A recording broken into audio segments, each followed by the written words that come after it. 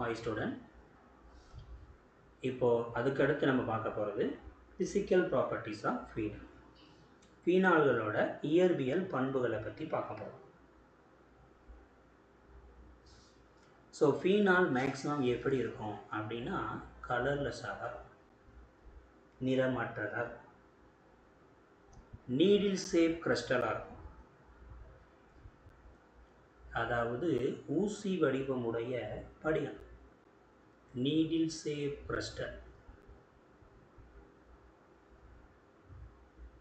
ஈஸியாக என்ன செய்யும்னா வாட்டரை அப்சர்வ் பண்ணும். தட் இஸ் ஹைக்ராஸ்கோபிக் அப்படின்னு. இதை நீங்கள் 8th 9th படிச்சிருப்பீங்க. ஹைக்ராஸ்கோபிக், நீர் உறிஞ்சும் தன்மை இருக்கும். அது மட்டும் இல்லாமல் இதுக்கு இச்சிங் ப்ராப்பர்ட்டி, அரிக்கும் தன்மை இருக்கும். இச்சிங், ஆசிட் கையில் பட்டால் எந்த அளவுக்கு அரிக்கிறதோ அதே மாதிரி. ஸோ அப்போ இதுக்கும் என்ன நேச்சர் இருக்குதுன்னு அர்த்தம், அசிடிக் நேச்சர். அதனால தான் அந்த இச்சிங் இருக்கு. இதில் லைட்டோ அல்லது ஏரோ, காற்றோ அல்லது ஒளியோ இது மேலே பட்டுச்சுன்னா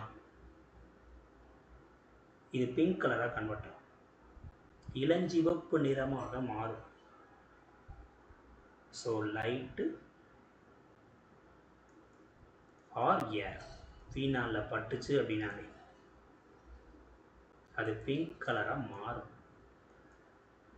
கலர்லெஸ்ஸாக இருந்தது பிங்க் கலராக மாற ஆரம்பிக்கும். ஸோ இதோட பாயிலிங் அப்படின்னு பார்த்தோம்னா ஹை பாயிலிங்காக இருக்கும். பாயிலிங் பாயிண்ட், அதாவது கொதிநிலை, அதிக கொதிநிலை இருக்கும். ஏன் அப்படின்னா due to the presence of intermolecular hydrogen bond. மூலக்கூறுகளுக்கு இடைப்பட்ட ஹைட்ரஜன் பிணைப்பு இருக்கிறதுனால இதோட பாயிலிங் அதிகமாக இருக்கும். ஸோ இந்த பாண்ட் இருந்துச்சு அப்படின்னாலே வாட்டரில் டிசால்வும் ஆகும், அதாவது கரையவும் செய்யும். ஆனால் பென்சீனில் கார்பனோட எண்ணிக்கை அதிகமாக இருக்கிறதுனால சாலிபிலிட்டி கம்மியாக, low solubility in water. So நீரில் அவ்வளோவா மேக்ஸிமம் கரையாது. இதோட ரொம்ப முக்கியமான ஒன்று என்ன அப்படின்னா, இந்த பீனாலுக்கு இன்னொரு நேம் இருக்கு. That is carbolic acid. Carboxylic கிடையாது, கார்பாலிக். அதனால் இதுக்கு கார்பாலிக் ஓடரும் இருக்கும். கார்பாலிக் ஓடர், ஓடர்னா மனம்.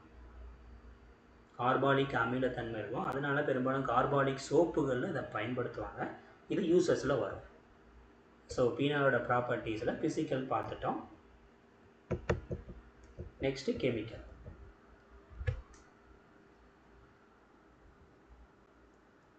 Chemical properties.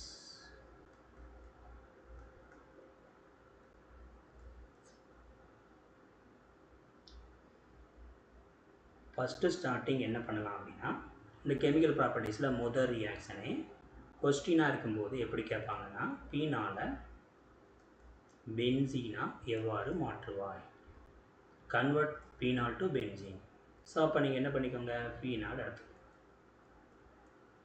அதை கொண்டு போய் ஜிங்கோட ரியாக்ட் பண்ணு.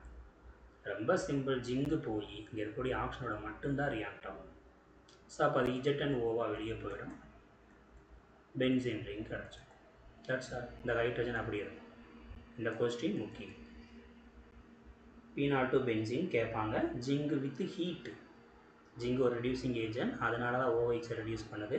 இன்னும் ரிடக்ஷன் அப்படின்னாலே addition of hydrogen, removal of oxygen அப்படின்னு படிச்சிருக்கோம். அது அங்கேயும் நடக்குது. நெக்ஸ்ட் அமோனியாவோட reaction. Second reaction phenol react with ammonia. So அப்போ பீனால் எடுத்துக்கோங்க, அதோட அமோனியாவை போடும். ஸோ இந்த அமோனியாவை இப்படி செப்பரேட் பண்ணிக்கலாம் புரிஞ்சுக்கிறதுக்காக. வாட்ரு வெளியே. ஸோ அப்போ ரிமைனிங் இருக்கிறத அப்படியே ஜாயின் பண்ணிக்கோங்க. N-2 அனிலினா மாறிடும். ஸோ இதில் மெயினாக எது வெளியே போகுது, வாட்ரு வெளியே போகுது.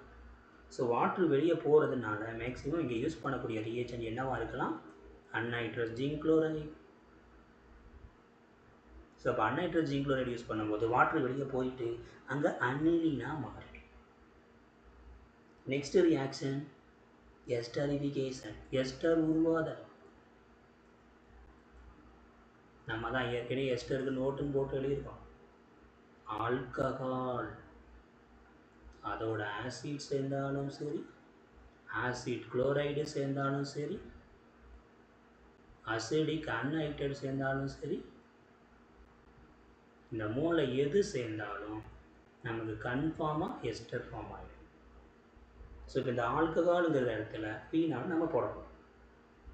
அப்போ ஃபீனாலை அவங்க C6H5OH போட்டாச்சு. ஆசிட் போடலாம்னு சொல்லியிருக்கோம், ஆசிட் குளோரைடு.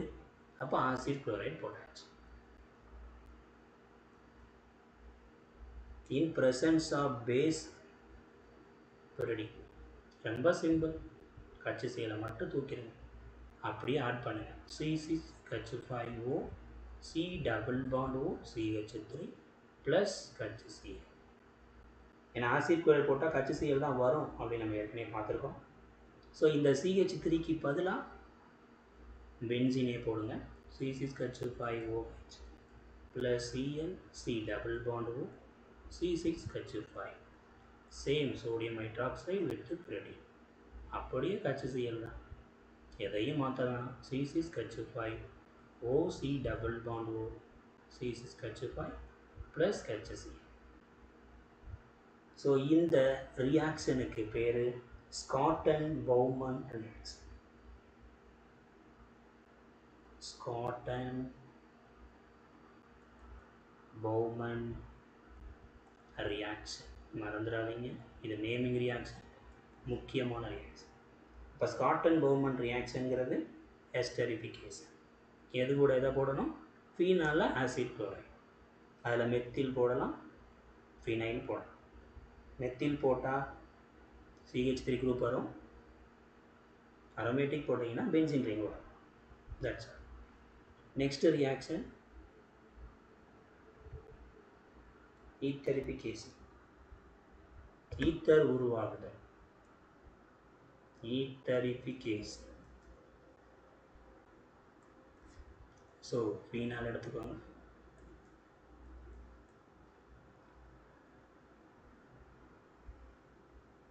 அதோட சோடியம் ஹைட்ராக்சைடு போட்டு ரியாக்ட் பண்ணுங்கள்.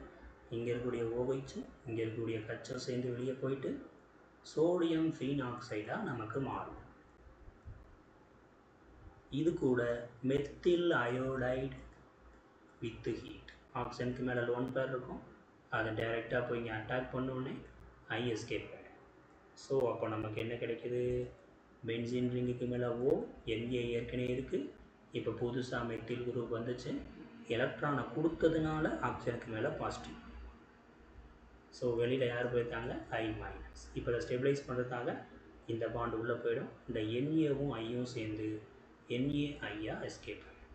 அப்போ பென்சீன் ரிங்கில் OCH3, this is call anisole. இது ஒரு ஈத்தர். ஈத்தர்னாலே function group divalent of oxygen. இந்த பக்கம் ஏதாவது ஒரு குரூப் ஆட் ஆகலாம், இந்த பக்கம் ஏதாவது ஒரு குரூப் ஆட் ஆகலாம். ஸோ இங்கே பார்த்தீங்கன்னா ஒரு பக்கம் மெத்தில் இருக்குது, இன்னொரு பக்கம் பென்சீன் ரிங் இருக்குது. இது ஈத்தர். ஸோ ஈத்தரிஃபிகேஷன் முடிஞ்சு. Next oxidation.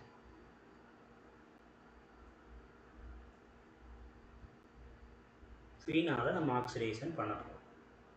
ஸோ ஃபீனால் எடுத்தாச்சு, ஆக்சிடைஸ் பண்ண போகிறோம். Potassium dichromate with corn sulphuric acid. So ரொம்ப சிம்பிள். இந்த ஆல்கஹால் பார்த்தீங்கன்னா என்ன ஆல்கஹால்னு தெரிஞ்சிடும். மேக்ஸிமம் இது ஹைட்ரஜனே இல்லை, ஸோ OH குரூப் இருக்குது. இது ஆக்சிடைஸ் ஆகும், ஆக்சிஜன் மேலே கூடிய லோன் பேர் இங்கே ஷிஃப்ட் ஆகும், இந்த பாண்டு போய் இங்கே ஷிஃப்ட் ஆகி இது இங்கே வந்துடும். ஸோ இப்போ நமக்கு என்ன மாதிரி ஸ்ட்ரக்சர் கிடச்சிருக்கும் அப்படின்னா, இந்த இடத்துல டபுள் பாண்ட் OH ப்ளஸ் ஆகும், இங்கே வருவோம், இங்கே வருவோம், இந்த இடத்துல மைனஸ் ஆகும். இந்த மைனஸ் போய் இந்த ப்ளஸ்ஸை பிடிச்சிக்கும், பிடிச்சிக்கிச்சுன்னா நமக்கு இந்த மாதிரி கிடைக்கும். இந்த கட்சி இங்கே வந்துடும், இந்த பாண்டு ஆக்சிஜன் மேலே கூடிய ப்ளஸ்ஸை நியூட்ரல் பண்ணிடும். அகெயின் இது தானாகவே ஆக்சிடைஸ் ஆகும். ஏன்னா பொட்டாசியம் டைகுரோமேட்டோட கான்சல்ஃபியூரிக் யூஸ் பண்ணியிருக்கீங்க, அடர் கந்தக அமிலம் யூஸ் பண்ணியிருக்கீங்க. இது வலிமை மிகுந்தது. என்ன பண்ணிடும்னா இந்த இடத்தையும் ஆக்சிடைஸ் பண்ணி கீட்டோனை மாற்றி விட்டுரும். ஸோ அப்போது மேலேயும் டபுள் பாண்டுவோம், கீழேயும் டபுள் பாண்ட். இதுக்கு பேர் பென்சோ குயினோ. எங்கெங்கே நமக்கு டபுள் பாண்ட் இருக்குது? இது number 1, number 2, number 3, number 4.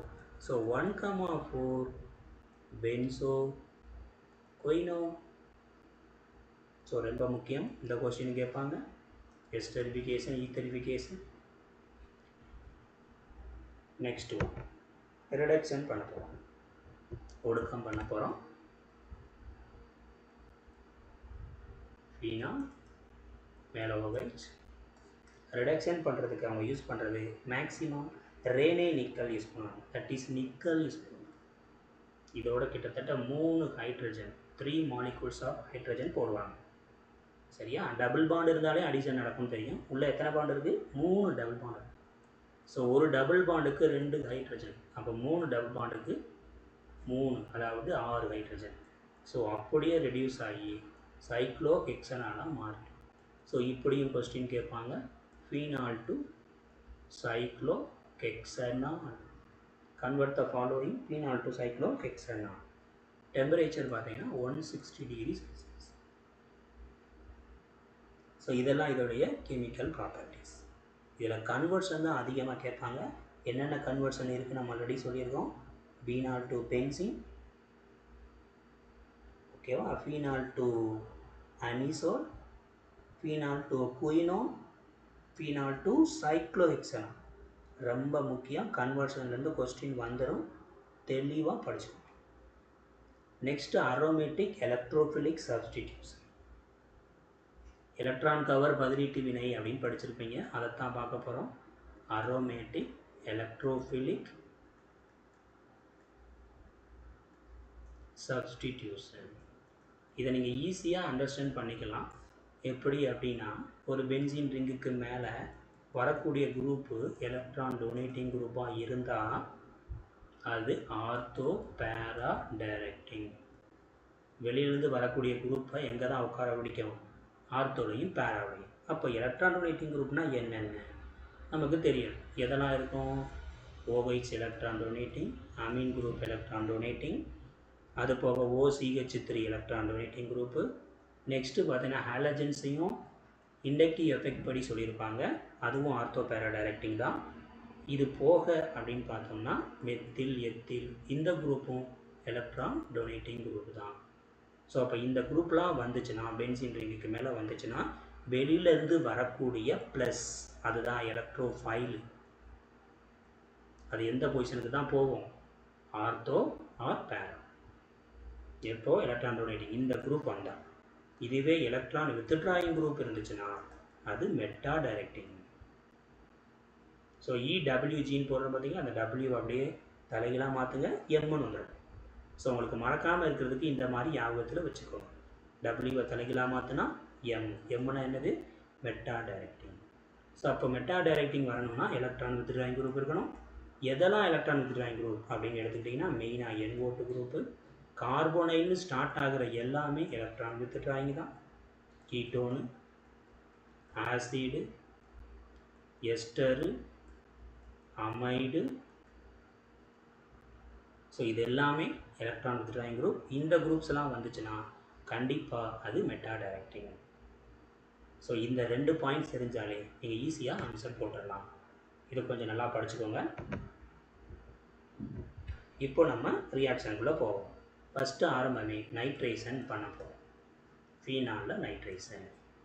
Nitration சொல்லிட்டாலே அங்கே யூஸ் பண்ணக்கூடிய ரியேஜெண்ட்டுக்கு பேர் தான் நைட்ரேட்டிங் மிக்சர். ஸோ அப்போ எது நைட்ரேட்டிங் மிக்சர்? கான்சன்ட்ரேட்டட் நைட்ரிக் ஆசிடும் அதோட கான்சன்ட்ரேட்டட் சல்ஃபியூரிக் ஆசிடு, இந்த ரெண்டும் சேர்ந்த மிக்சருக்கு பேர் தான் நைட்ரேட்டிங் மிக்சர். நைட்ரோ ஏற்ற கலவை. இது 1 மார்க்கில் கேட்கலாம்.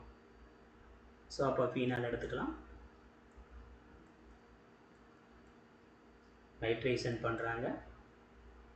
நைட்ரேஷன் ஓகே, நைட்ரேஷன் பண்ணுறாங்க. பார்த்தீங்கன்னா 20% நைட்ரிக் ஆசிட், 298 கெல்வின் கொடுக்குறாங்க. என்ன நடக்கணும் நம்ம சொல்லியிருக்கோம், மேலே இருக்கக்கூடிய குரூப்பு OH குரூப்பு. அப்போ அந்த நைட்ரிக் ஆசிடு சல்ஃபியூரிக் ஆசிட் நான் செய்கிறோன்னு சொல்லியிருக்கோம். இதை நான் எழுதுகிறேன், கவனமாக பாருங்கள். நைட்ரிக் ஆசிட்டு HNO3 அதை தான் எழுதியிருக்கேன், ப்ளஸ் சல்ஃபியூரிக் ஆசிட் HOSO3H. இது ரெண்டு ரியாக்ட் ஆகும்போது இங்கேருந்து OHம் இங்கேருந்து ஹச்சும் சேர்ந்து எஸ்கேப் ஆகிடும். ஸோ இந்த OH வந்து மைனஸ் ஆகும், NO2 ப்ளஸ் ஆகும். இங்கே ஹச்சு ப்ளஸ்ஸாக இருக்கும், மிச்சதெல்லாம் மைனஸ் ஆகும்.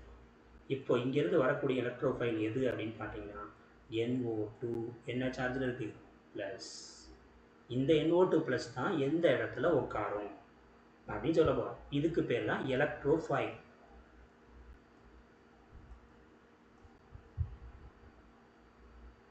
எலக்ட்ரான் கவர்தன்மை கொண்ட பொருள், வேறு ஒன்றும் இல்லை.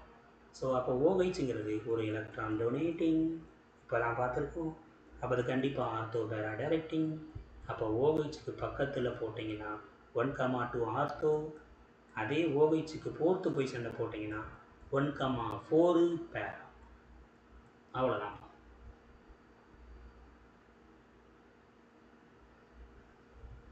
ஸோ இந்த ரெண்டில் எது ஸ்டேபிள் அப்படின்னா மெஜாரிட்டி என்ன சொல்லுவாங்கன்னா பேரா தான் ஸ்டேபிளாக இருக்கும் அப்படின்னு சொல்லுவாங்க.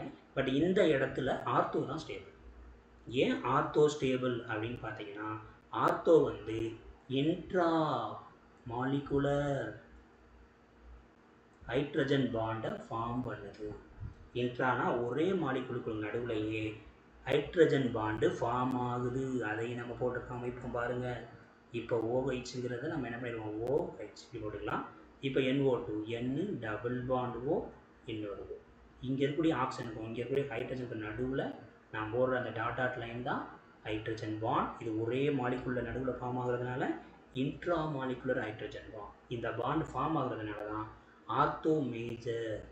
மறந்துடாத, தெளிவாக யோசிச்சுக்கோங்க. ஸோ ஆர்த்தோ மேஜர், பேரா வந்து மைனர் ப்ராடக்ட். அடுத்த ரியாக்ஷன் நைட்ரோசோயேஷன்.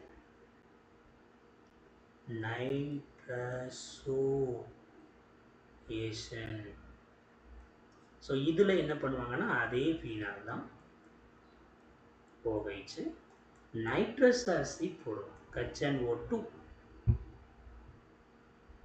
இந்த இடத்துல அதே மாதிரி உங்களுக்கு ப்ராடக்ட் ஃபார்ம் ஆகும். அதில் மேஜர் எது மட்டும்தான், பேரா மட்டும்தான். அதனால் அதை மட்டும்தான் போட்டிருப்பாங்க. பேரா நைட்ரசோஃபீனா இதுக்கு பேர், பேரா நைட்ரசோஃபீனா. இதுலேயும் சல்ஃபியூரிக் ஆசிட் போட்டிருப்போம். இந்த HNO2 இங்கே பிரிச்சுக்கலாம், OH ஆகும் NO ஆகும். இது வந்து மைனஸாக இருக்கும், இது வந்து ப்ளஸ்ஸாக இருக்கும். இதுதான் எலக்ட்ரோஃபைல், அதான் பேராவில். ஸோ நைட்ரேஷன் பார்த்தாச்சு, நைட்ரோசோயேஷனும் பார்த்தாச்சு. நைட்ரேஷனில் ஒரு சின்ன வித்தியாசம் இருக்கும். Conc sulphuric with conc nitric ரெண்டையுமே டைரெக்டாக கொடுத்தாங்க. இதுக்கு முன்னாடி பார்த்ததில் நமக்கு ஆர்த்தோ பேரா மட்டும். அதில் ஆரோவுக்கு மேலே பாருங்கள், நைட்ரேஷனில் நம்மளுடைய ஆர்த்தோவுக்கு மேலே 20% nitric acid with 498 kelvin sulphuric acid எங்கள் கொடுக்கல. அப்போ நம்ம என்ன பண்ணியிருக்கோம், ஆர்த்தோ பேரா மட்டும்தான் போட்டுருவோம். ஓகேவா? இப்போ இதே மாதிரியே என்ன செய்வாங்க, அடுத்து ஃபீனால் எடுத்துகிட்டு அதில் நைட்ரோசோயேஷன் போடுவாங்க. நைட்ரேஷன் போடுறாங்க. ரெண்டையுமே டைரெக்டாக கொடுத்துட்டு ஃபீனாலு எது ரெண்டையும் கொடுத்துட்டான், கான்சன்ட்ரேட்டட் நைட்ரிக் ஆசிட்டும் கொடுத்துட்டாங்க, கான்சன்ட்ரேட்டட் சல்ஃபியூரிக் ஆசிட்டும் கொடுத்துட்டாங்க. இதோட சேர்ந்து 298 கெல்வின். அதில் 20% மென்ஷன் பண்ணாங்க, இங்கே 20% மென்ஷன் பண்ணலை. ஸோ இப்போ என்ன கிடைக்கும் அப்படின்னா, இது ரொம்ப ஸ்ட்ராங்குங்கிறதுனால எத்தனை ஆர்த்தோ இருக்கோ அத்தனை ஆர்த்தோலையும் நைட்ரேஷன் நடக்கும், எத்தனை பேரா இருக்கோ அதுலேயும் நடக்கும். இதுக்கு பேர் picric acid.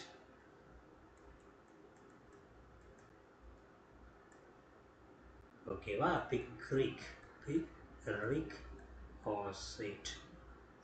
So P0 to picric ஆசிட்னு கொஸ்டின் கேட்பாங்க. ஸோ அப்படி கேட்டால் இதைத்தான் நீங்கள் எழுதணும். சல்ஃபியூரிக் ஆசிட் கான்சன்ட்ரேஷன், நைட்ரிக் ஆசிடும் கான்சன்ட்ரேஷனில் போட்டிருக்கணும். Phenol to picric acid conversion கண்டிப்பாக கேட்பாங்க, படிச்சுக்கோங்க. Next sulphonation. சல்ஃபோனேஷன்னா சல்ஃபோனேற்றம் நடக்க போகுது அப்படின்னு அர்த்தம். ஸோ உங்களுடைய ஃபீனால் எப்பவும் போல எடுத்துக்கலாம். சல்ஃபோனேஷனுக்கு ஒன்லி கான் சல்ஃபியூரிக் ஆசிட் மட்டும்தான் போட்டிருப்பாங்க. ஆர்த்தோ பேரா போட்டுக்கலாம், அவ்வளோ. OH ஆர்த்தோவில் SO3H, அதே மாதிரியே பேராவிலையும் SO3H.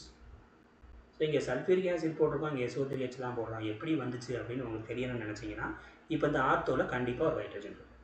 இப்போ சல்ஃபியூரிக் ஆசிட்டை நீங்கள் என்ன பண்ணுங்கள், OH SO3H தான் பிரிப்பீங்க. அப்படியே போட்டுங்க, மிச்சம் என்ன வருது பாருங்கள், SO3H. அதை தான் அங்கே போட்டிருக்கோம், அவ்வளோ. So sulphonation finished.